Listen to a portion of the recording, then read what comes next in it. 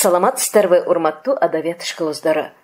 Ободо залкар жазуучу Чыңгыз Айтматовдун балалыгым чыгармасынын атамдан калган элестер бөлүгү. Атам мага ар дайым көз алдыма мындайча тартылат. Капкара коюу чачы, ошол көмүрдөй кара чачтын бир жериндеги кашкайган бөлүгү, талаага кийген көйнөгү, кончу узун булгаар өтүгү. Атам көбүнчө кошат чегилген араба менен жүрчү. Арабада киши отурууга ылайыктап отургуч бекитип, аны тери менен каптатып коюшкан эле. Атам болсо дайыма арабанын артында отурчу. Атамдын элесин ээрчи, Фергана тараптагы үйлөр да көз алдыма келе калат. Айланасы бозоргон пакса же губала дубалдар менен курчалган, чатыры түптөз, бардыгы 40 жер тамдар болчу. Фергананын жашоо тиричилиги дагы бир башкача. Эл ушунчалык бири менен бири биригип, бири менен бири камыр жумур болуп күн кечиришет. Кыштактарда баары ынтымакта. Аял болобу, эркек болобу, улуусу айткан сөз кечүүлөр тарабынан жерге ташталбайт. Жамандык, жакшылыктын баарын Фергана кыштактары чогуу көрөт. Мындай биримдик бүгүнкү күнгө чейин Өзбекстанда сакталып келет. 1934 жылдын башы. Мен 6 жаштагы бала кезим. Атам Төрөкул өз мезгилинен белгилүү инсандардын бири болгон. Катсабаты эрте жоюлган. Жамбылдагы Олуята аттуу орус мектебин бүтүргөн. 30га чыга элек жатып, мамлекеттик кызматтарда иштеген адам эле. Туш тарап жаңырып, чоң өлкөдө колхоздоштуруу аттуу үлкөн бир саясат үстөм кылып аткан чак. Элдин баары бул саясаттын ыңгайы менен болуп, эми өз жашоо турмушун, кылымдан берки келаткан көз караштарын өзгөртүп, ушинтип жаңы өкмөттүн жарыгы менен жапырт кат сабатсыздыкты жоюп, жакырчылыктан арылып, ага себеп болгон бай манапты түп тамырынан жок кылабыз деген саясат менен келечектен көп нерсе үмүт этип, алдыга ошол ой сүрөп турган кез. Түштүктүн Арабан районунда Фергана өрөөнүндө пахта айдалат эмеспи? Пахта кара тер менен жаралган мээнеттен гана агарган баалуу зат. Аны айдап, сугарып, терип алуу иштери үзгүлтүккө учуратылбай, жалпы жамааттын аракети кол менен бүткөрүлсө, үзүрү ошончолук жакшы болот. Атам мына ушундай уюштуруу иштерин аткарчу. Күнү түнү тыным билбей иштеп, араба дөңгөлөгүн токтотпой, чарчадым, чаалыктым дебей, жер кезип жүргөн. Ар дайым эл менен байланышта болчу. Балалыгым ачарчылыкта өттү. Көз алдыма ал кездеги кайырчы тилемчилер азырда кадимкидей тартыла калат. Алардан бирөө кичинекей бала биздин үйгө тынбай келчү. 10-11 жаштагы жетим бала болсо керек эле, эптеп тамак тилеп, жан багуунун ыгын алган эпчил неме болчу. Ачык турган дарбазадан же терезеден баш багып, үнүн аянычтуу чыгарып, кайыр тилечү. Орусча, кыргызча аралаштырып, «Мамочка, мамочка, курсак пропал, мамочка» дечү. Анын үнү ушунчалык боорду ачытчу. Жанагы ырайымы келген апам мага бир кесим нан же тамак карматып, ага берип келүүгө жумшачу. Биздикинен кургол кетпегендиктен кайрылып бат-бат эле келе берчү. А түгүл мен аны менен достошуу да кетер элем. Кала берсе кээде чогуу да ойноп калчубуз. Бир күнү атам аны байкап калды да менден анын ким экендигин сурады. Мага тилемчилерге бер деп дайыма майда акчаларды карматар эле. Жанагы балага ушул акчаларды бергенимде ал ушунчалык сүйүнгөн. Ошол тилемчи бала ар дайым бир боз куржун көтөрүп жүрчү. Алида көз алдымда бир ирет ал куржуну дал-дал болуп сөгүлүп калыптыр. Анысында бир калай консерванын бош идиши жүрчү. Ананда 2 туулга шиш боло турган. Ал экөөбүз куу чырпыктарды жыйнап, от жагып, тиги бала жанагы калайга буламык бышырчу. Бир ирет атам менен Анжиянга жөнөдүк. Мен үчүн бул сапарда унутулгус бир окуя болгон. Анжиян ошол мезгилде Фергана өрөөнүндөгү эң ири шаарлардын бири эле. Жол аябай узак болду. Биз улам тыныгып, анан кайра жүрүп отурдук. Жолгата көп адамдар атам менен бир нерселерди сүйлөшүп, андан маслат сурап атышты. Элдин жашоо жагдайы ушунчалык бир аянычтуу, оор мезгил эле. Кандай гана суроолор берилсе да, атам алардын баарына үмүттөндүрүүчү жоопторду берип, кеңешин айтып отурду. Көпчүлүк калк а кезде жаңыча жашоо турмуштун түпкү маңызын түшүнө албай, ара жолду арасат турган. Колхоздоштуруу мына ушул маселени чечмек. Жалгыз үмүт ушул жамаатташтыруу жагына болгону менен турмуштун оор шарты элдин белин бекем басып, ныгырып жаткан. Ошол кыйынчылыктын баары бир адамга акылдуу, ар дайым активдүү, чалыкпай иштеген атама жүктөлгөндөй. Бир аз мезгил өтүп атамды Москвага жиберишти. Анын себебин билбей да калдым. Мен бир гана нерсени билчүмүн. Биз Фрунзеге, азыркы Бишкекке кайтып келгенибиз менен баары бир атам көпкө чейин биздин үйгө келмеген эмес болчу. Ал киши Москвага окууга кетиптир. Кеңеш бийлиги жер-жерлердеги бардык таанымал мамлекеттик кызматкерлерди марксисттик саясаттын эң жогорку даражасына ээ кылуу үчүн Кызыл профессордук институтка окууганы чакыртып жаткан экен. Алардын ичинде атам да бар. Ошол баана шылтоо менен жарым жылга жакын атамды көрбөдүк. Биз 3-1 тууганбыз. Мен, карындашым, анан иним. Ошентип акыр бир күн апабыз бизди атабызга Москвага алып бара турган учурда келип жетти. Бул күндөр менин эсимде кадимкидей жакшы сакталып калган. Туугандарыбыздын баары бизди Фрунзеден узатышты. Поезд Жамбылга келип тыным алганда, Таластан туугандарыбыздын баары жабалактап келип, бизди узатуу үчүн күтүп атышкан экен. Алар бизге жол азык камдап алышкан. Поезд менен биз туп-туура 5 күн жол жүрдүк. Жолоочулардын ар кими өз камы менен гана болуп, ичиндеги биз анын бир жеринен идишибизге кайнак суу эле ала берчүбүз, бардыгы өз жанын багууга аракет кылып жатышты. Бир узак сапар мен үчүн өмүрүмдөгү эң романтикалуу сапар болуп калды. Москвага бара жатабыз. Өмүрүмдө алгач ирет Москвага, атама бара жатабыз. Эми ошол жакта жашап, ошол жакта окуй турганыбызды апам мурда эле айтып жүргөн. Москвада жалгыз бой жүргөнү тууралуу жетекчилерге билдирип, атам анан өзү менен кошо үй бүлөсүн алдырып алууга уруксаат сураптыр. Ушул сапар саякаттын эстен кеткис элестери Арал көлүндө калды. Ал мезгилде бул көл учу кыйырсыз талаанын ортосундагы чалкыган көк деңиз эле. Өмүрүмдө биринчи көргөн деңиз да ушул Арал болду. Толкундары атырылып келип, темир жолду чайкап уруп өтүп жатканы али да эсимде. Поезд бир канча ирет токтоп, апам менен тышкары чыгып жаттык. Байкуш апам бизди бир жамандыкка учуратып албайын деп, чебелектеп, ары жүгүрсө ары, бери жүгүрсө бери ээрчитип алат. Биз болсо баарысын көрүп калууга аракет кылып жаттык. Поезддин терезелеринен деңизди көрүү биз үчүн өзгөчө бир керемет болду эми. Деңиз менен поезддин ортосунда адамдар ары бери чуркап жүрчү. Алар казактын балык саткан балдар кыздар эле. Мен өзгөчө деңиздин чалкып жаткан ашкере чоңдугу жана берекелүү байманасы таң калтырды. Азыр болсо ошо жерден сапардан өткөндө бул деңиздин андагыдай чалкыган улуулугун да, ошондогудай керемет сулуулугун дагы көрө албайм. Суу тартылып бара жаткан өлгөн бир өксүк деңиз. Дүйнөнүн азыркы экологиялык вазифасы Аралды миллиондогон жылдар мурда кандай болсо, ошол абалына кайта алып келүү. Ошондо Арал көлүнөн соң улуу дарыя Волгага туш келдик. Анан кеңирсиген кенен талаалары, түгөнгүс жашыл токойлору менен Орусия койнуна сүңгүдүк. Акыры Москвадагы Казань темир жол бекетине жеттик. Аерде эл ушунчалык жык-жыйма. Андан кийинкисин жакшы эстей албайм. Жашай турган жерибизге кантип жеткенибиз дагы жадымдан көтөрүлүп кетиптир. Бирок Воровский көчөсүнөн кантип айрылганыбызды жакшы билем. Москванын эски жана борбордук көчөсү болгон Воровский азырда туру. Бул көчө кийин мага жакшы тааныш болуп калган жазуучулар үйү жайланышкан. Анын жанындагы 5-үйдө биз жашачубуз. Балалыгымда жазуучулар үйүнүн багында көп ойноор элем. Анын маңдайында жалпы СССР элине маалым киноактерлор ордосу орун алган. Эгер жаңылышпасам, 1936 жылы Максим Горький өлгөндө жазуучулар үйүнө мен да баргам. Анда атам менен бирге Горькийди акыркы сапарга узатуу зыйнатына кабылгам. Ал эми бүгүн бул көчөдө көптөгөн элчиликтер, консулдуктар, банктар, Орусия жогорку сотунун имараты орун алган.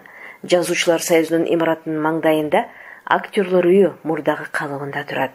Москвага барып, аердеги ар кыл шарттарына дагы көнгөндөй болдук. 1-2 классты Москвадан окудум. Мен каттаган мектебибизден кайсы жерде экени эсимде негедир калбаптыр. 1935 жылдын март же апрелинде бул борбор калаага келдик да, 1937 жылдын августуна чейин ушул жакта жашадык. Атам менин жакшы окуум үчүн болгон аракетин жумшачу. 5 кишиден турган биздин үй бүлөгө бир бөлмө берилген. Ашканабыз деле ушул кабаттагы башка үй бүлөлөр менен чогуу болор эле. Үй мага аябай чоң көрүнчү, бирок андагы адамдар тыгылышып жашашчу. Москвада биз таптакыр жаңыча, башкача жашоо ыргагына кабылдык. Менин балалык дүйнөмдөгү эң орчундуу окуялардын бири атам менен кино үйүнө барып, ошол мезгилдин сенсациялуу фильмдердин бири «Соловей, Соловушка» деген фильмди тамаша кылганыбыз. Бул фильмде бир сулуу кыз менен жигиттин ортосундагы махабат баяны бар. Кыз-жигит бир байдын кулу болушат. Бай бойго жетип турган кызды жашыруун башкага сатат. Кыздын сулуулугун айтпа, анан да кемелине келтирип, укмуш сонун ырдачуу. Ошондуктан кино «Соловей, Соловушка» деп аталса керек. Кинодогу кыз-жигиттин трагедиясы, кыздын ыйлаганы, кыймылы, башка бирөөгө сатылуусу менин балалык дүйнөмө чоң таасир берген эле. Ал учурдун фильмдери спектакльге окшош боло турган, ачыныгы кино өнөрү искусство катары кийин өнүктү. Фильмден катуу таасир алган жаным бир убак кинотеатрдын ичинде эле буркурап боздоп ыйлай баштадым. Атам мени карап айласы түгөндү, ордунан туруп, мени алып тышка чыгып кетейин дейт. Өзү да эмне болор экен деп, андан ары жагын көргүсү келет. Чыкпайын дейт, мен ботодой боздойм. Анам мага: "Уулум, бу жерде ыйлаганга болбойт. Кой, ыйлаба" деп сооротот. Ошентип ата бала кинону акыр аягына чейин көрдүк. Ыйлаган көздөрүм шишип, үйгө келдик. Атам аябай кейиген тейди апама: "Бул бала неге мынча сезимтал? Баарыбызга тең эле кино таасир этти. Бирок мынчалык эч кимибиз буркурап боздоп ыйлабадык" деп арызданган. Атамдын бул сөздөрүнө бир аз таарына түшкөнүм менен баары бир сүйүнгөм. 1936 жайыда келди. Москвалыктар жайкысын дачаларына кетишет. Биздин дагы Парфеновкадагы дачабыз бар эле. Ага Ленинград темир жолунан кетчүбүз. Жай айларында поездде эл көп болот. Локомотивдердин баары шаардан айыл кыштактарга, аердегилерди болсо калаага ташып, дали бир ичи бошочу эмес. Биз анда бирөөнүн дачасынан 2 бөлмөнү ижарага алганбыз. Анда 6 болуп көбөйгөнбүз. Дегеним, кичине карындашым Роза төрөлүп, ага 4 ай гана болгон. А кезде мен үчүн тимеле телегейин тегиз, баарысы ажайып сонун эле. Айылдын балдары менен ойноп, кээде тытышып, уруша да кетчүбүз. Дарыяга барып жуунуп, суудан чыкчу эмеспиз. Жаңы саалган сүт ичип, козу карын жыйначубуз. Ошентип орустардай айылдык турмушту да баштан кечирдик. Атам менен апам коңшуларыбыз менен чогулуп, ар дайым бирөөлөрдүн маареке тоюн же туулган күнүн майрамдай беришчү. Биз балдар менен чигит ыргытып ойночубуз. Күндөрдүн биринде бизге коңшу турган 2 орус урушуп калды. Болгондо да атасы менен баласы. Экөө бири-бирин аyoосуз сабап, тепкилеп атты. Аларды тиктеп мен нес болуп калдым. Чыңырып ыйлап, жүгүргөн бойдон үйгө жөнөдүм. Менин кубарган ыраңымды көрүп, атам чыдап тура албай, дароо ошол 2 орусту көздөй жүгүрдү. Чамасы алар мени да уруп коюштуго деп ойлосо керек. Окуянын чоо жайын түшүнгөндөн кийин үйгө кайра ачууланып келди. Башпагаары менен апама: "Бул балаң киши болбойт. Тигил экөө мас болуп алып согушуп атса, бул бала ошо үчүн чыңырып ыйлап алыптыр. Ушундай кантип болсун? Эмне эле мынчалык сезимтал болгон?" деп эмеле өткөн окуяны түшүндүрүп жатты. Апам болсо мени акташ үчүн жандалбас урду. Баягы кинодогу окуя кайра кайталанды. 2 адамдын бири-бирин аyoосуз тепкилегени жүрөгүмдү жаралап, сезимиме ушунчалык терең из калтырыптыр. Ошол шаардан обочо Парфеновкада 1 айга жакын мектепке дагы каттап жүрдүм. Темир жолдун боюндагы мурдагы орус барининин үйүн мектеп кылып алышыптыр. Ата-энем өздөрүнүн катарындагы эле бир адам катары алып жүргөндөрү менен алыскы бир чет жакадан Ордо кала Москвага, ошол мезгилдеги өлкөнүн борборуна келип, ушундай куттуу жерде убактылуу жашап жаткандыктары үчүн көптөн көп жаңы тажрыйбаларды, жаңы нерселерди үйрөнүп алууга жандалбас кылышчу. Арийне көп нерселерди үйрөнө алышты. Бирок алардын Москвадагы жашоосу акыр соңу трагедиялуу тамам болду. 1937 жыл жаңырган кез. Саясий куугунтук атамдын дагы жакасын куушуруп, муунтуп турган эле. Август айында дачадан шаарга келдик. Атам бир жамандык болоорун алдын ала туйгандыктан бизди өз жергибизге кайра кайтууга камына баштады. Тагдырдын татаал жолунан карбаластап качып кутулуучу жылчык жоктугуна көзү жеткендей, ал жолдон чыга албасты сезгендей, эми бизди ошол тагдырдан алачылоону гана ойлоду. Ал үчүн алыскы Кыргызстанга жөнөтүп ийүүнү ылайык көрдү. Бул жакта бөтөн жерде жалгыз калуубузду каалаган жок. Бирок каяка барат элек, Фрунзеге кайтууга болбойт эле. Ал жакта дагы тырмагын матырууга камынып чоң коркунуч копшолуп жаткан. Башка да бара турган жерибиз жок, айлабыз алты кетип турган. Ошол тагдыр ташынын тапыркасында, божомолунда биз үчүн үлбүрөп жанган үмүт оту жалгыз гана маймакта калган эле. Тагыраагы темир жол маймактан өтчү. Талаа да ошол жерден тамам болуп, жер улам жогорулап. Адегенде жалгыз дөңсөөлөр, анан бийик тоолор башталат. Шекер, Көксай, Арчалууга барчу жол дал ушул маймактан башат алып, андан ары уланат. Ошол маймакка поезд чоң тоннель аркылуу өтүп келет. Атактуу тоннель чоң атам Айтмат, атам Төрөкул экөө тең ушул тоннельди салдырууга көп күч өрөгөн. Бул тоннельди курууга атам жан аябай кызмат кылган. Ал өз өмүрүндө эл үчүн көп нерсе жасаган, көпкө аракет кылган. Мына эми ошонун жазасын алды. Алганда да өмүрүн айырбаштоо менен алды. Биз эмне үчүн, неге, кимден качып, кимге кетип жатканыбызды ал мезгилде анчалык аңдаган эмес экенмин. Бирок жүрөгүм сезди, бир нерселерди дүпөйүл тойду. Буюмдарыбызды жыйнап жаткан атам менен апамдын кайгылуу жүзү, коркунуч толгон көздөрү кандайдыр бир жамандыктын жышаанын айтып турган. Баары бир атам биз менен кетмек эмес. Ага ишинен уруксаат бербей койгонун да уккам. Ошол учурда атам ушунчалык эрик жетпеген кайраттуулугун көрсөттү.